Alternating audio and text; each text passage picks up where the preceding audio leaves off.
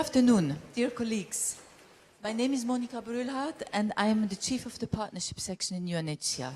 It is my greatest pleasure to welcome you to the 32nd UNHCR NGO Consultations. What's happening is we're not seeing sizable numbers of returns. We're still in the state of the world where political solutions are elusive. We don't have governments coming together and solving conflict.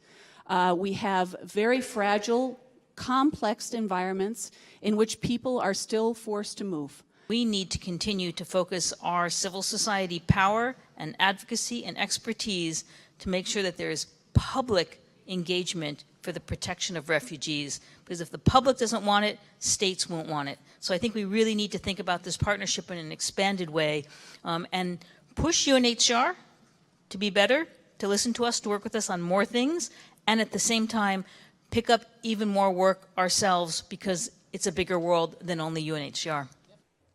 Actually, we have today 574 participants to these consultations from 91 countries. We have 313 organizations, of which 169 national NGOs, 125 international NGOs, 3 IGOs, and 16 partners from the private sector and academia. You're all welcome. We're here to talk about the Comprehensive Refugee Response Framework and the Global Compact. What's interesting is the agenda has really found a way to integrate concerns that many of us follow on particular areas: women and children, humanitarian and development, detention. So it's really exciting that we're able to take a huge framework and then find ways throughout the next 3 days to engage and intersperse all the particular things that each one of you work on. And I just want to say hats off to all of us for creating an agenda like that. We have also seen some practices that have been innovative. We have heard whole of society approach. It's in the New York Declaration. And whole of society approach means whole of society approach. It's not just whole of government, it's whole of society. It means the faith communities, it means the trade unions, it means the employers, it means the business associations, it means trade centers and commerce, and there is not necessarily always the same type of understanding among these various actors. And we need to, as a result, again, find a way to communicate, explain, raise awareness, find the synergies with the protection imperative in particular and the humanitarian imperative, but also the development imperative. How can civil society collaborate with the private sector, as we have seen good examples already in Jordan and Uganda? How can we follow the request of and the finding of the Grand Bargain on supporting national NGOs even better than we have done so far? And how can we call together on a more predictable engagement of development actors? We already have some key development donors, DEFCO, JICA, BMZ, that are engaged. But how can we broaden that, and how can we do this together? Hi, I'm Marianne. I'm from Brazil. I'm a youth advocate for International Detention Coalition's campaign to end immigration detention of children.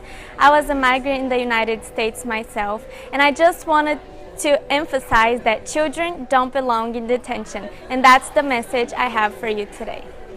My name is Patrick Dongier from Kigali, Rwanda. Just want to say a big thank you to UNHCR and ECWA for organizing this wonderful 3-day event. We got the chance to network on a global level, which we hadn't had the opportunity to do before. And especially this morning's session about self-reliance, the panelists were wonderful, and we got to share ideas, and we're looking forward to put them into action. We live in a world of increasing displacement with more and more refugees on a daily basis.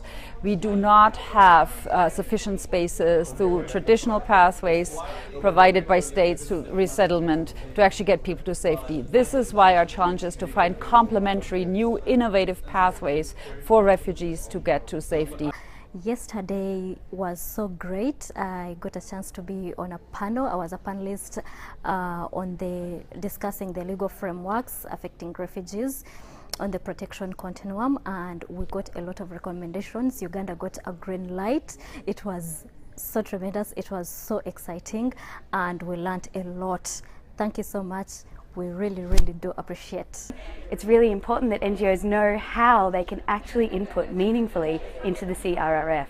We have just come out of a panel discussion that I was able to moderate. I'm very humbled to have had panelists from UNHCR, the Deputy High Commissioner Kelly Clemens, as well as World Bank, as well as a local NGO partner, and the private sector, DHL, German Deutsche Post, which actually looked at the opportunities we have with implementing the comprehensive refugee response framework. And it's been really exciting to see how we can make multi-stakeholder partnerships work for refugees and for host communities. To quote one of the NGO participants in one of the sessions that took place, I think we can say that we have started a conversation on a conversation we want to have. And we have a very good basis for this. If you remember during the opening session, Nan had talked about principles. So the CRRF and the Global Compact on Refugees needs to strengthen the refugee protection regime, but also to have a principled and effective humanitarian action, including accountability and the principles of partnership. And we will have to make sure that in that process that moves to the state level, the voice of civil society through you is heard. I commit to that.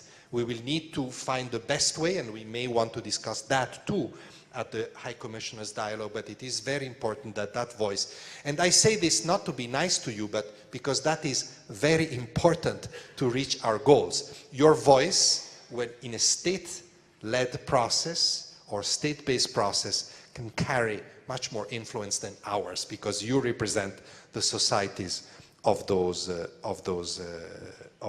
states. The goal is really to make sure that the compact will be fairly high level, I'm pretty sure, but we hope to annex to it a program of action that will really determine how concretely then those principles and those lofty ideas can be translated into real responsibility sharing on the ground. Thank you very much for your participation. Thank you.